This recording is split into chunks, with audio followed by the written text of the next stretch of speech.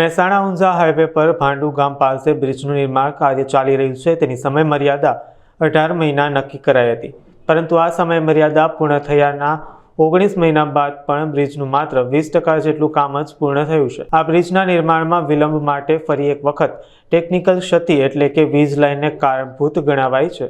પ્રાથમિક માહિતી મુજબ વીજ લાઇન હટાવ્યા પહેલા જ બ્રિજનું કામ શરૂ કરી દેવામાં આવ્યું હતું અને હવે વીજ લાઇનને કારણે કામગીરી લટકી પડી છે।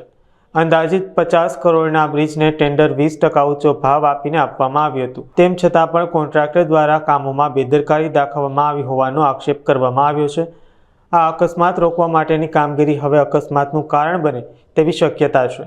ગામના સરપંચે આ મામલે સીએમ કાર્યાલયમાં રજૂઆત કરવાની ચીમકી ઉચ્ચારી છે। આ બાબતને એવી રીતે ગણી શકાય કે પ્રજા તો ભયંકર હેરાન થઈ જઈ છે। અમે પંચાયત તરફથી પણ અમે 1-2 વખત લેટર લખીને જાણ કરી છે કે ભાઈ તમે આનો 17 એનો તાત્કાલિક એનું નિરાકરણ કરો, પણ આ લોકો સાંભળતા જ નથી આ બધા। અને વારે ઘડી અહીંયા મેન હાઈવે પર ટ્રાફિકનો પ્રશ્ન બહુ મોટો થઈ ગયો, તો લોડિંગ ગાડીઓ હોય, બમ્પ બનાવે એટલે બમ્પની જગ્યાએ કોઈક વખત એકણ ગાડીનો ઓવરલોડ હોય તો બંધ થઈ જાય છે, કે કોઈક પાટા તૂટી જાય, ખાનાથી હોય તો બહુ ટ્રાફિક, ભયંકર ટ્રાફિક, અઠવાડિયામાં એકાદ દિવસ તો ભયંકર ટ્રાફિક થઈ જાય। હા, એમને ટેકનિકલ ખોટી રીતે આ હેરાન કરવાના પ્રયત્નો, બીજું કંઈ છે નહીં। ટેકનિકલ એવી કંઈ એરર્સ જ નહીં અહીંયા।